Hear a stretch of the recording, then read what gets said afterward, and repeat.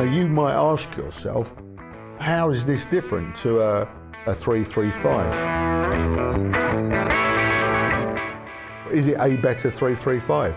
Well, I'm going to tell you. It's got more mojo for some reason.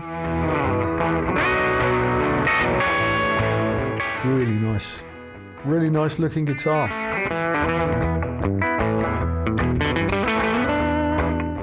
I think it's cooler as well. I think the Edge played one. I'm not sure if the Edge is cool. Forget that.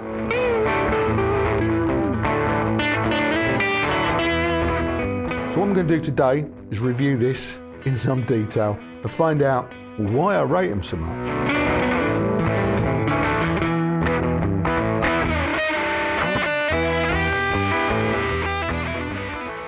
Hello, thanks for joining us. Welcome to the Guitaristas.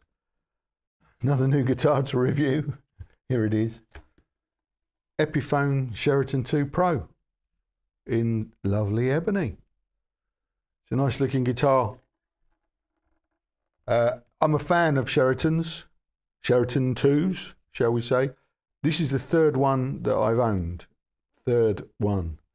For some reason, I stupidly, inexplicably sold numbers 1 and 2. The first one I had was a natural Sheraton 2, about 10 years ago that was. And then I had one exactly like this, the Pro. And they both went by way of trades or sales for whatever reason. I don't remember why, but I do remember regretting letting both of them go because they were great. So I've been meaning to get another one, and here it is. I finally did. So what I'm going to do today is review this in some detail and find out why I rate them so much. I'm assuming this one is as good as the others, but I have no reason to doubt that. So I'm looking forward to it. I'm looking forward to plugging it in because I haven't yet. So yeah, let's do that. We're going to go through all the weights and measures in some detail, and we're going to take it apart and we're going to poke around under the pickups, find out what's under there and stuff. So as usual, it's going to take a little while. If you're in a hurry, timestamps are in the description box. You can skip forward to whatever interests you or just hear what it sounds like or whatever. If you've got a little bit of time on your hands, please join me. Go and get a cup of tea and some nibbles and join me as we get stuck in and look at the Epiphone Sheraton II Pro. Let's do it. So the Sheraton was introduced in 1958. Gibson did own Epiphone by then, but it was introduced as an Epiphone original, 1958. Based on the 335, obviously. I think they took the 335 body shape and added some subtle differences. It had a different headstock and a different tailpiece. This is based on the later version, the 1986 reissue, I believe, with the Tree of Life headstock and the stop tailpiece. I think the originals, like 58s, had the frequencator tailpiece that you see on the Riviera these days. And I think it's a slightly smaller headstock. I'll stick some pictures up there if I'm right. Am I right? Oh, there you go. I don't know yet because I haven't researched that, but oh, there you go. Works for both, right or wrong, doesn't it? Oh, there you go. So yeah, but this is based on the 1986 reissue. Big old Tree of Life headstock, stop tailpiece. Nice looking guitar, isn't it? Now today's Sheraton II Pro comes in 2 colours. I think it's only 2 colours listed currently on the Epiphone website. This ebony and a vintage sunburst. And these are listed $749. So it's an affordable guitar, this. $749. Here in the UK, street price is around about £625. I paid £589 for this. I got it from Gear for Music, who were the cheapest, and they were showing 8 in stock, which turned out to be true. So all good. So it's a proper affordable guitar, and it's kind of it looks like a lot of a guitar for the money. Let's talk about how it's made, construction. It's layered maple. All the body, back, sides, front, back and sides is layered maple, laminated maple, I imagine. And The neck, I understand, is 5-ply. Yeah, 5-ply, walnut and maple. Now, in a strip weight, you can't see it on this one because it's covered in paint. But here's a shot of an older natural coloured one that I found on Reverb, and you'll see what I mean. It's strips, maple and walnut, similar to how the Firebirds are made. So that kind of sets it apart from the 335, which will normally have, I think, a mahogany neck. So I imagine adds to the tonal differences, setting it apart from a 335. As would probably this large headstock. You know, it's not, I mean, it's not what I'd call a heavy guitar. Let's weigh it and find out exactly how heavy it is. Here we go.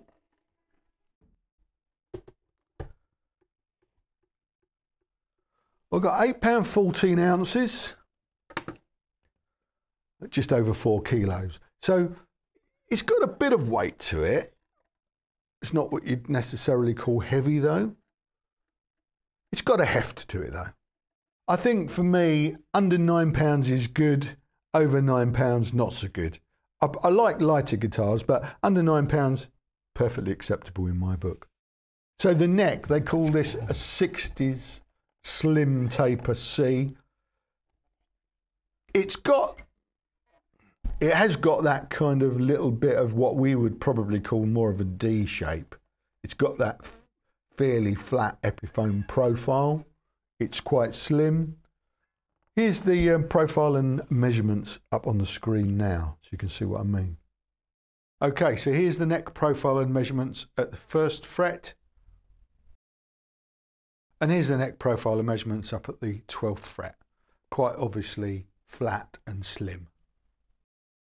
A lot of us, not such big fans of this profile, are we? But the reality is you get used to it very, very quickly, and it becomes nothing really, something and nothing to complain about. Nothing to complain about. You know what I mean, don't you? This one, of course, 2023, it's got a Powell Ferro fingerboard. It's got lovely block triangle inlays. Attractive, aren't they? It's got this lovely 5-ply off-white, sort of a vintagey white binding as well, that frames the whole guitar. That's really attractive. Nice, all the way around, all around the neck, the headstock, and obviously around the that bit, the fingerboard, which is a lovely taut. Really nice looking guitar. The hardware on this, you've got Grover Rotomatic 18:1 ratio gold-plated tuners. Oh, you've got a Graphtec new bone nut on this. Incidentally, I don't think it listed what the frets were. Medium jumbo, I think. Take the strings off in a second. We'll have a closer look at those.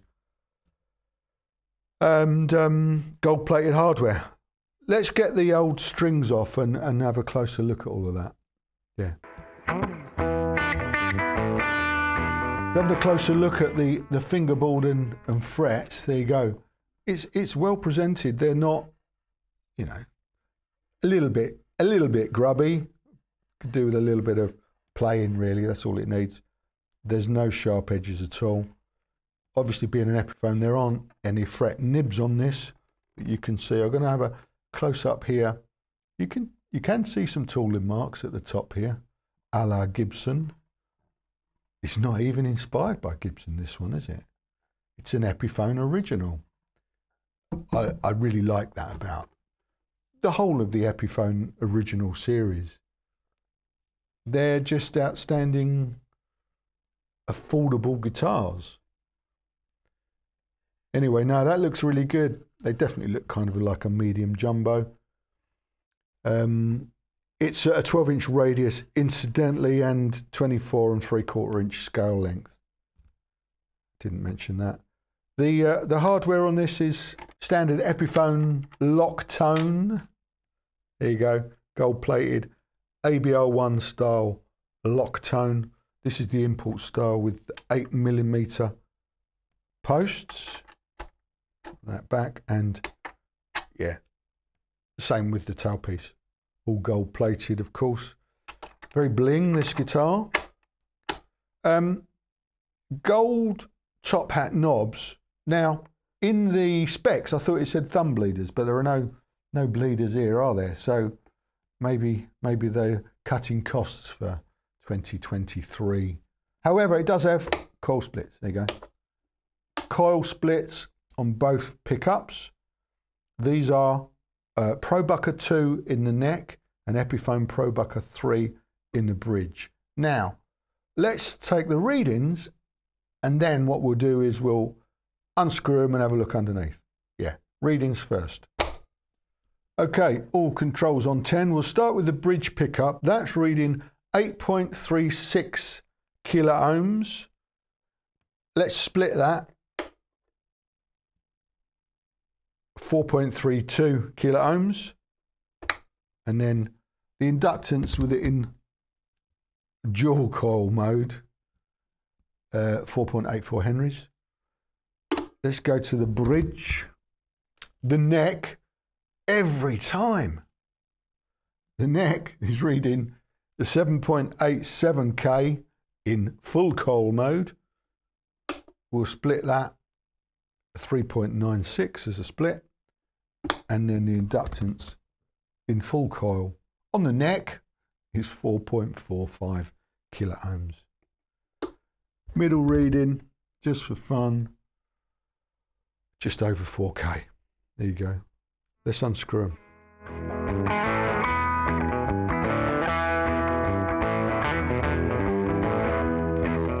Okay, let's pull the neck one first.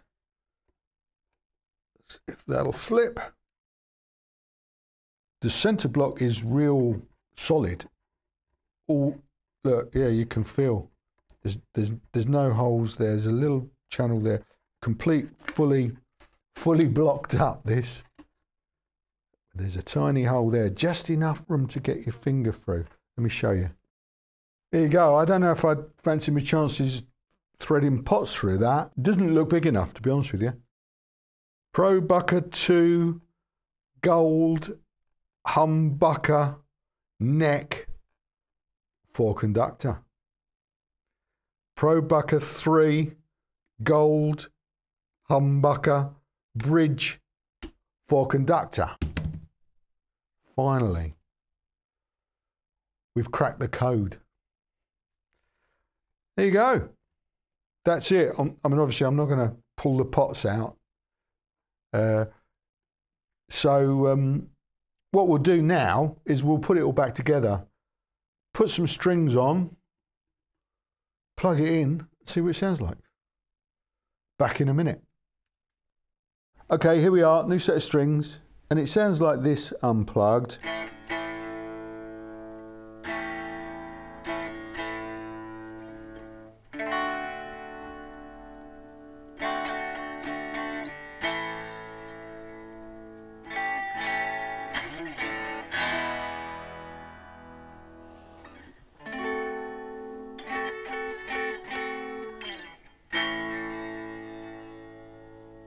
Sounds all right, doesn't it? Nice and resonant. It's ringing well. Okay, on the board today, I've got a soul food and my rat pedal as usual. As usual. Oh God, I'm just going to carry on. I've got a soul food and a rat pedal as usual, and I'll show you if I use them. Okay, with that camera there, Crocs cam. But the first bit, I won't be using those at all. It'll just be the guitar into the amp and nothing else. A tiny little bit of slap back. I always have a tiny smidgen of slap back through my DD7. Signal chain, incidentally, is all in the description box if you want to check out. But I'm not using anything else today. No compression or nothing. Just the Princeton 65, just the natural tube compression. And I've got that cranked up to about 7, and I'm using the aux attenuator to save my hearing. But that's it. So let's actually just have a little play, have a little noodle around and see what it sounds like, and I'll sort of go through the pickups and the switching, and you'll see on that camera there when you know, if I do stuff like that, and I'll probably talk a bit as well. Who knows? Let's find out. What I'll do to start with is roll the volumes off quite a way, I think, because these pickups seem to be quite pokey. So, oh look, that knob's loose. You see that? Yeah. That's gonna... Anyway, we'll ignore that for now. Okay, here we go. Right, on 6. What am I doing? That's the hardest bit, you know, when you're doing this, deciding what it is you're doing. Because you're thinking about it. Worst thing you can do.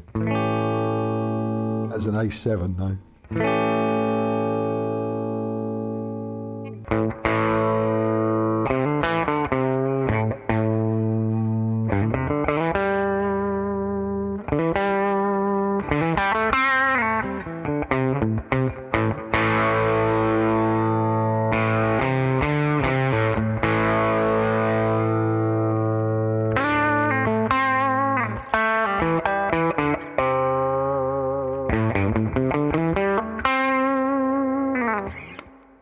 Neck.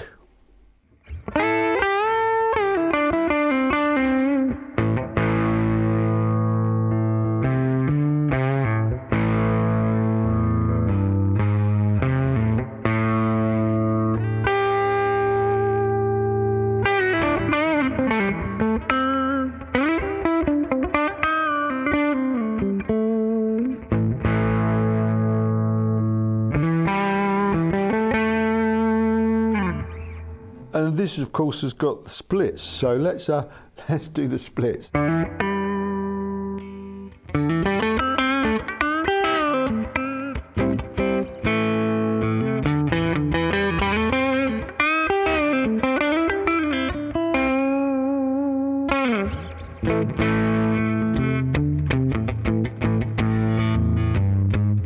Nice, isn't it?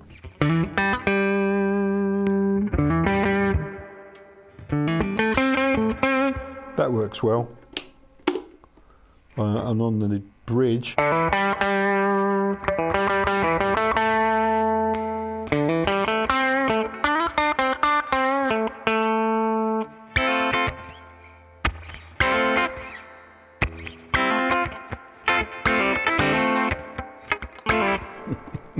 never played funk.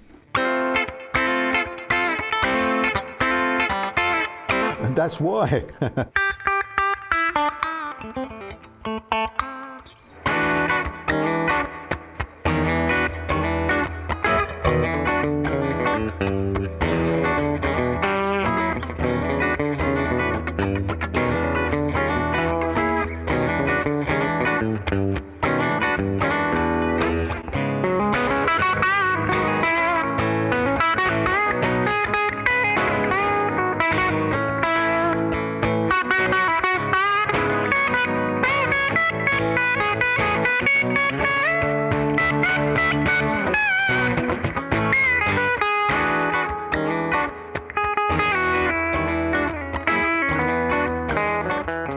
Loads of options, and what I normally find is, well, I like single pickup guitars with one tone and one volume.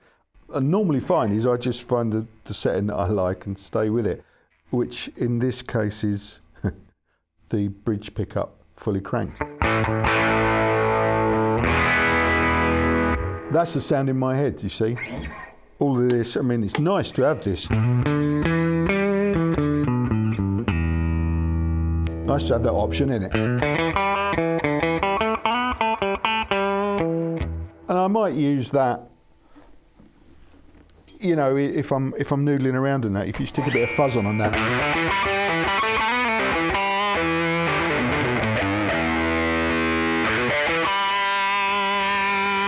Let's try a bit of tone with that.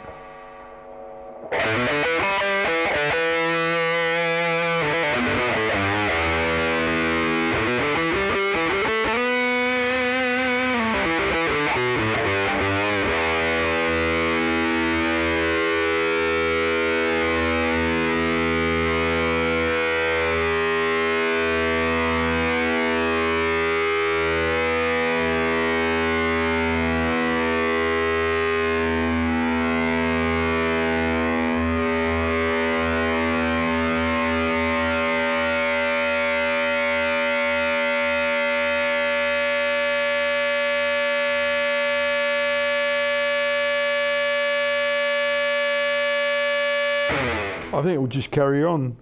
That's with the soul food and the raton together. So the tone controls work.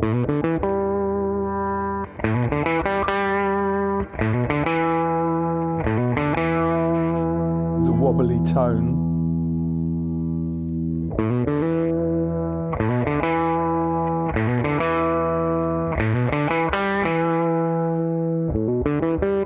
That's nice, I like that. Volume controls, let's just see if they work quickly.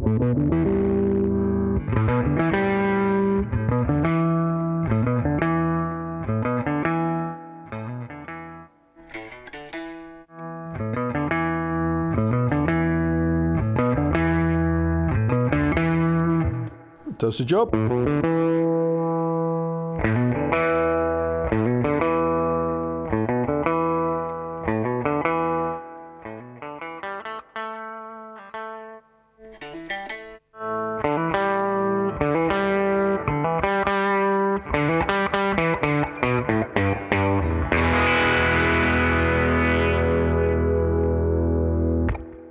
You've got a lovely palette of colours here to play with, I think.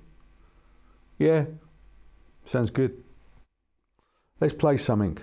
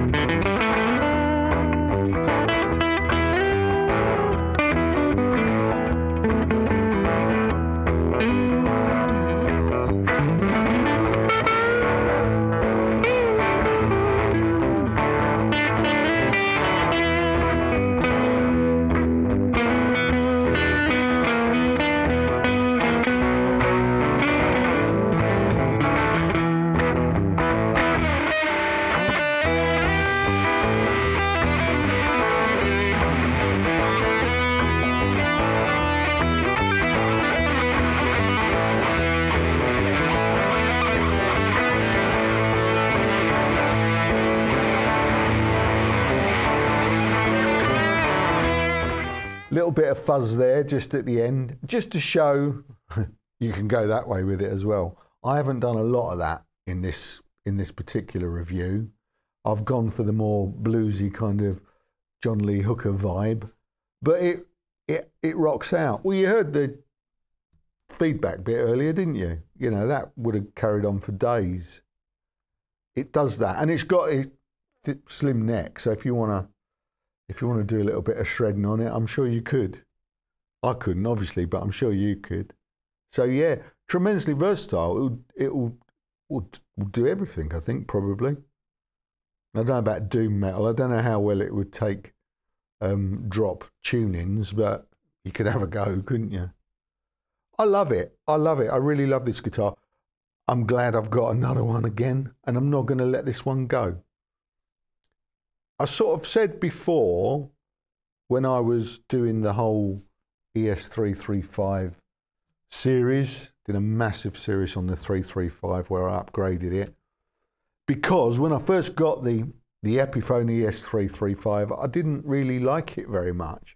So I spent a fair bit of money changing the pickups and the wiring over a whole series. I think there's 5 episodes, links in the description box.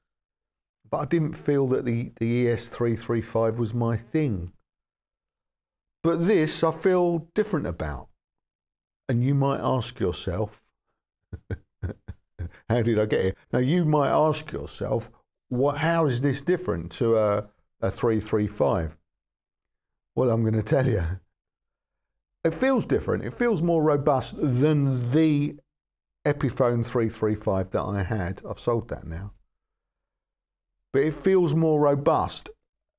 And earlier when I took these pickups out, I could see that inside it is more robust. Like the centre block on this is solid.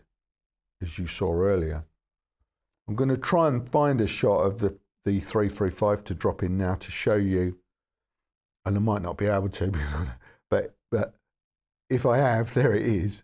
If I haven't, you have to take my word for it, and well, maybe this is a subject for another, and maybe another comparison in future days. But the 335, is it there? Oh well. It's more of a kind of a, it looks more like bracing than a solid block. So if you can't see the difference, you'll have to take my word for it. So it's kind of a lot more lightweight, and I think that would definitely gives this Sheraton a more robust feel. And of course the neck's construction is different, this being that 5-ply maple and walnut, whereas the 335's mahogany, and this has got this big old headstock as well, you know, which I'm sure changes the sound characteristics. Also, this has got the Pro buckers, whereas the 335s, I think I'm right in saying they've got Alnico Classic Pro pickups as standard. Apart from that, the bridge and the tailpiece is the same. Nowadays, I think they all use good quality CTS pots. This, of course, has got the coil splits as well. An added bonus, if you like. What's interesting is, every time I say what's interesting, I think, is it interesting? Well, I'm going to tell you anyway. Price-wise, not a lot in it. Looking just now at the Anderton's website, they've got the Sheraton at 625 of our English pounds, and the ES335, 599. There's not a lot in it. And you might say, well, this has got coil splits. Pickup, well, you know, I nearly said better pickups, but that's not true, because the Alnico Classic Pros are great pickups in their own right, in the right guitar. I don't think the 335 is the right guitar for Alnico Classic Pros, but that's another subject. So yeah, what a cracker. How many times have I said what a gorgeous looking guitar this is? Look at it, it's a gorgeous looking guitar. How could this be improved? Can you imagine this with an ebony fingerboard? That'd be cool, wouldn't it? Beyond that, I mean, I am going to keep this guitar. If I was going to play it a lot, and I can imagine this being a guitar that I would play a lot, if I had time, you know, I mean, I don't have very much time to play a lot of my guitars because I'm always playing stuff to film. Oh, what a problem, eh? What I was going to say was, if I had this, and if you were going to have one of these and play it a lot, I might be inclined, if that were me, I might be inclined to swap over probably the, I'm going to say the weakest part, because there's nothing weak about it, but you know, the lock tone bridge. It's a little bit rattly, actually. That, I think that was one of probably my only criticism. It's a little bit rattly. I might be inclined to change that for a decent, maybe, you know, a Faber or a Goto or something. Maybe change it for US spec. Yeah, maybe change that hardware. It's got Grover tuners on it already, so don't need to do anything there. The coil splits, it's a matter of taste, isn't it? I find them, I don't really use them. I don't really use coil splits on any guitars ever. I think if you're going to maybe have one of these for recording, I think it'd be great because it gives you all those options. For me, as I said earlier, I tend to find a sound and stick with it, because I suppose what I'm trying to do nowadays is find a sound that I'm happy with and try and get more out of my fingers and my playing than, you know, letting the guitar do the work, really. If you've got a guitar that sounds good, that's what you need. Then personally, I am focusing on what's happening here rather than mucking around.